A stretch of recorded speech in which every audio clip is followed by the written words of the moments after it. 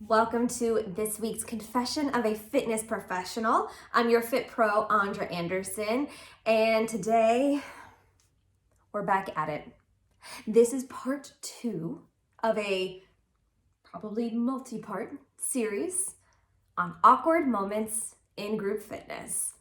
Yes, here we are. If you did not listen to part 1, I will have that linked in the comments section and linked in the show notes so you can go back and relive those beautiful moments with me.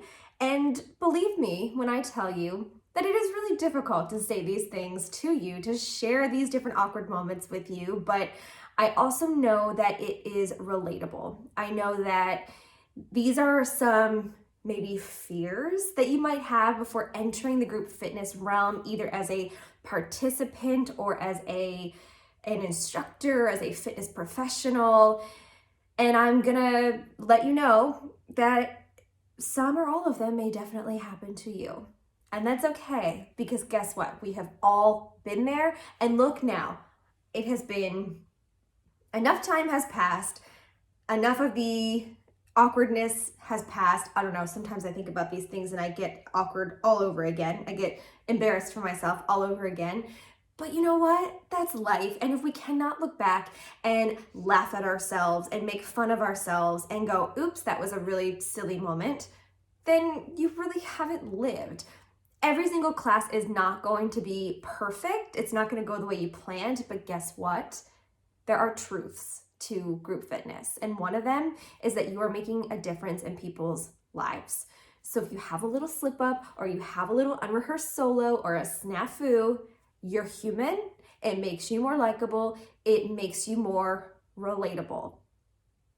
And without further ado, here are 5 more awkward moments, because the first 5 weren't awkward enough apparently for me to share with you. I had to come back and share even more. And truthfully, this is not the extent of the list. Oh no, there are more things to share. There are more. And I am going to start with the most embarrassing one, because that's what you do. You eat the frog, you rip off the Band-Aid, you start with the hardest thing first, and everything after that will just flow, right? I hope. Okay, this first one. I have taught so many group fitness classes, and in the middle of class, I can't believe I'm sharing this in a public forum, but sometimes in the middle of class, you notice there are things on your body that shouldn't be there. And you've already taught, I don't know, maybe 20, 30 minutes at this point. And your class participants at that particular location, so this was probably, oh my gosh, 8 years ago now, are too nice to tell you that something is amiss. Just too nice. Okay, I'll start with the least embarrassing one and move to the most embarrassing one. I know you're not supposed to do this, but I put my fitness leggings in the dryer because I want to. I know you're supposed to let them air dry. I know. And as somebody who grew up with a parent who did laundry that air dried the heck out of everything, very rarely used the dryer, to the point where I started not using the dryer, and then I discovered the dryer in college and was like, why haven't I been drying my clothes? This is amazing. So yes, there's a mini confession inside a confession. I put my fitness stuff in the dryer. I do not air dry them. I just don't. And as a result, I was for a long time using dryer balls, like a wool ball that would like move around in the dryer. But truthfully, if you have an animal, the wool ball, love it as it may, I know it's super environmentally friendly. It's way better than using a dryer sheet every single time, but it does not get the little hairs out of your pants, your black fitness pants, your black fitness tops. It doesn't work. It doesn't work. So my fitness clothes, I use a dryer sheet. I do. Unscented, free and clear, all those things. But it really does work with getting the little tiny dog hairs out of your leggings, because inevitably, even though you tell your dog not to touch you before class, it's all over your leg, right? So, okay, I put my leggings in the dryer. That's not the confession. I had a dryer sheet stuck in my leg in the back. So when I put my pants on, I didn't feel it and I didn't see it because it was in the back. But I had a moment where I turned and I caught myself in the mirror, and y'all, there was this giant bulge on my leg in the back. And I'm looking at everybody like, the heck? Why did nobody tell me I had a giant bulge in the back of my leg? So in the middle of class, I start dying laughing. One of my participants thought that I had like forgotten the choreography. No, I was having a moment. I was in my element and happened to catch that there was this giant ball in my pants. So I pull it out and there is the dryer sheet. So like, that's not embarrassing, but I am upset at my class participants for not telling me that I had this thing in my pants. Whatever. However, the second one, I am glad that either nobody noticed or nobody told me. Okay, so I am now in a point in my female life where I am postmenopause, and I don't have a little monthly visitor anymore. It is glorious. I love it. It's amazing. But when you have an active lifestyle and you are not the kind of person that has ever done an IUD, or I actually got off of the birth control pill because I was on it since I was a teenager and it really screws up your hormones. You have to do things every month to prevent it from just spilling everywhere, right? And as an active person, for me, that was using a tampon. So in my Zumba class on a Saturday morning, I remember this so vividly, I usually wear black pants, okay? Usually, and now I always will. I will not ever wear anything but black pants. I'd chosen, I think they were purple or maroon, I don't know, they were a different color. So it makes it more obvious when things are amiss. And I had moved so much and had disrupted the tampon, I can't believe I'm saying this, so much that it left my body and it was rolling all around my pants. And there was a giant bulge on my behind. And again, either nobody noticed or nobody said anything. Thinking about it now, and this is something that I think people are so scared of when it comes to a group fitness class, you are going to notice more stuff about you than anybody else does. So if you mess up, if you miss a step, if you're not on the right foot, there's a really good chance that nobody notices because we're all just trying to get through the moment. We're all focused on ourselves. So now I take it back. I'm not upset that my class participants didn't say anything because that means that they were in the moment and loving on themselves, and I appreciate that. But anyway, yes, I had a tampon dislodge and it was rolling around my pants for the whole class. So that was fun. And this was at a moment in my fitness profession where I didn't feel like I could just look at everybody and say like, impromptu bathroom break or front row diva, take it away. Now I do. Now if I'm like, oh my gosh, I don't think I went to the bathroom before class and we're like 3 songs in, I look at my front row people and I'm like, keep going. And sometimes they'll do a different choreography. Sometimes they're right on beat. I don't care, but I feel like it's okay to pop out to the bathroom, get myself right, and then come back. But at the time, I didn't feel like it. So if you are a group fitness professional or any kind of service professional, here's a reminder. You absolutely may go to the bathroom. It will be okay. It will be okay for 2 minutes. Leave, come back, everything will be fine. But yeah, I thought I would start with that one because it's going to make everything else seem not so bad. Let's see, I have all my notes written down. I had to write these down, which was maybe harder than saying them out loud. Okay, speaking of colorful pants. So again, remember, here's another one. Here's number 2. I only wear black leggings to class, black leggings. I do have some colorful shorts that I started wearing last year. I am not really a fan of shorts in class because I sweat like no other and my legs get really wet and it's just like kind of uncomfortable, to be honest. Like we get down, you put your hands on your legs and I'm just like slip sliding. So I would just rather wear leggings. I just would rather. I'm more comfortable in leggings or like a long biker short. That's just better for me. But I was experimenting with wearing different colored fitness pants and discovered very quickly that was not for me because I am a sweater and you sweat in very uncomfortable places and it just looks like you've relieved yourself everywhere, all over the place, and also weird stains on your knees. I'm not saying this to make you feel embarrassed or awkward. Like, those things are totally normal when you are working out. Your body is probably going to sweat. You're gonna have sweat stains. It's gonna be weird. But for me, I just didn't like it. So that was kind of an awkward moment in fitness when I was still figuring out myself as an instructor, figuring out how I felt about those things. Now, truthfully, like, I don't even care. Whatever. It is what it is. My hair, if my hair is not a mess and I don't look like I've been through World War III, what were we doing in my mind? Okay, so that was an embarrassing one. Number 3, oh my gosh, this one drives me nuts. So I love to collab with other small businesses. I love teaching events at fun locations, but that's a little scary. I'm a little bit of a control freak, a little bit type A. If we have never met, if we've met, you know, I like to be in charge. I know things are gonna go the way I want them to if I'm in charge. If I leave it all to chance, something will go wrong, and something did. And now, mark my words, this will not happen again. I partnered with 2 other companies for a goat yoga class, and the goats didn't make their way to the class.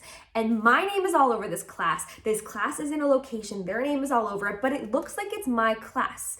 So the goats didn't show up for this promised goat yoga class. I had no idea what was going on. I was trying to teach the class while the farm and event person was like scrambling, figuring out where these things were and refunding people's money and all of those things. So I turned it into this like arm balances, inversions, crazy tricks class to try to like, what do you mean goats? Like, there were no goats coming. You're silly. Like, this was an inversion class. I don't know what you mean. But stuff like that drives me nuts because it's so, I want to relinquish control, but it's really hard when people don't do their part. I'm happy to report that since then, that has not happened again. I did go back to that class, but it was it just was a moment where I felt embarrassed because my name was all over it and people were associating this flub with me, and that's just not fair. But it is what it is. That's what you get when you collaborate with others. So my tale for that is be cautious and make sure you have the phone number of the people with the goats and make sure you call them. Lots of times. Type A coming out. I'm just looking at my notes here. Okay, so that was 3. Number 4, this one was awkward, but ended up being like super impressive. Like, this is my superpower as a fitness professional. I know my music front and back. When I teach my high fitness class that is choreographed, I know what comes next. I know the beats in my head. You can tell if I don't know a song, and I try my best not to have unrehearsed. I try to come in knowing my choreography, like practicing it, planning it. I usually only pick songs that I really like and I really know. That way it makes it more fun. I had a class where this was kind of the beginning of COVID when I was still trying to keep people in my community, keep them coming to classes, keep them paying for classes. And I was trying to figure out my whole setup with now I have a Mevo and a mixer, and it's so easy now, but I was just trying to figure it out. And I would usually have my husband, who is in IT, come in, check it, and then go. But this was during a time where his church had just started going back in persons and he had to be there. It might have actually just been him and the pastor that went in person, and he would like record it and all of those things. But I would usually have him come in, and I didn't that day. Shame on me. We remedied the situation after this, but need a little sip of water. I'm just getting so heated talking about all these things. There was one little switch or one little thing that I did not click. So my participants could hear the music, but I couldn't. And I had quite a few people in this class, and I didn't want them to leave, and I didn't want to cancel. So I thought, you know what? I'm going to try to do this, not hearing the music. So I had to manually start each song and think about how long the intro was, how long the chorus was, and what move came next. And my goodness, we did it. I still, the adrenaline was like so much at that point that I think that's the only way I got through that class. But I taught a class 100%, 45 minutes without hearing one piece of music. Now in hindsight, I was thinking like I could have tried to have the music playing through the computer and then on a separate thing, press the play button at the same time. Yeah, I know. I should have done that, but I panicked and I didn't. So word of wise with that one, how to prevent an awkward moment in fitness like that. One, make sure you know your equipment front and back without the use of another person, unless that person is always there with you. And two, always have a secondary form of music. So for a while as an instructor, I was teaching in a facility that had so-so sound system. So I got my own speaker and I started bringing it with me because sometimes that sound system would just stop working. Just so cute. It would just stop. And I stopped trusting that other people would have a sound system and that other people's sound system would actually work. So I bought my own equipment as a result, but always be super prepared like that. And my last one, actually, this one's probably the most embarrassing one. Not while I was an instructor. This actually happened just a couple weeks ago. I love taking classes and like trying new things. This is the last one. I'll leave you with this lovely one so that maybe you don't feel so bad about it. So I'm an instructor, right? I've been teaching 15 years. I like to take other people's classes. It's super fun to turn off my brain, or really not turn off my brain, but tune in my brain to myself versus worrying about what everybody else is doing. Are they having a good time? Do I smell bad? What's going on? Do I remember the next step? What's happening? Do I have to pee? Nope, I'm good. Instead of having all of those thoughts running through my head, I like to just tune in and learn and see how movements are on my body and get other people's teaching styles and see what kind of choreography they're doing, what kind of music they're using, what kind of terminology they're using, all of those things. I love doing that. Well, I was taking a solid core class, and if you've never been, it's like the bottom part of a Pilates reformer with a spring system and a platform that slides. And solid core, if you are super anxious, is probably not the class for you because you're like constantly moving. So the instructor will be talking you through something and then say, okay, we've got 8 reps left, and very quickly you're gonna switch to the other side of the platform, you're gonna do the spring, do that spring, and go. So you're like, what's happening? So if you can't think and move your body at the same time, I promise you can. You will totally learn how to do it. Just know that going into a solid core class that it's gonna be rush.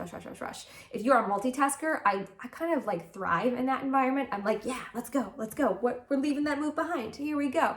I kind of like that environment, but when you're unfamiliar with the choreography or the movements, I'm still learning solid core. Like I don't know it 100%, and I'm learning Pilates and I'd love to eventually teach it. But we were moving from one platform to another. I forgot to put the spring on, so it slid and I went with it. And I went whoop, right through the hole. And the instructor on the mic goes, she audibly gasped. I put my hand up and I was like, I'm fine, keep going. I got right back into it like it wasn't a big deal. Like you get really sweaty in that class, so the likelihood of you falling or slipping is probably pretty high, which makes you think you need to have a really good body awareness before going to a class like that, so that if you do spill, your recovery time is like nothing. I mean, I didn't even feel hurt. I didn't get hurt. It was fine. It was 100% my own fault. It was nothing to do with the machine or the location or the instructor. It was 100% something I forgot to do. But yep, I did it in a class. It wasn't very full. There would be 5 or 6 other people. Nobody laughed because everybody was dying and nobody cared. But boy, if I tell you, after that moment, the last 20 minutes of class, I gave it my all and I was 110% A++++ student. And I paid for it the next day by being really, really sore. But I was like, no, we are coming back from this little spill. I'm sure anybody who goes to solid core has a story like that. But I wanted to put that out there because even those of us who are very aware of our bodies, are very good at taking direction, are in the fitness game, understand choreography and beats, still F up. It happens. So those are some of my awkward moments in fitness. Thank you for reliving them with me and laughing with me. And just know that if you make a mistake, It's okay. Chances are probably nobody saw it. You're harder on yourself than other people ever will be on you, and you can 100% come back from it. It is absolutely not the end of the world. It's just not. It's not. And that's part 2 of awkward moments in fitness. And again, probably not the last one. And truthfully, I probably haven't even lived some of my awkward moments yet. They're coming. I know they are. It just is part of the game with fitness. So there you have it, part 2. Thank you for joining me for this week's confession. And as always, please make sure to leave a comment, take the poll if you're listening on a podcast, like and subscribe, share it with your friends, and always reach out to let me know if there are any particular topics that you would like me to cover in a future Confessions of a Fitness Professional. Thank you so much. Bye.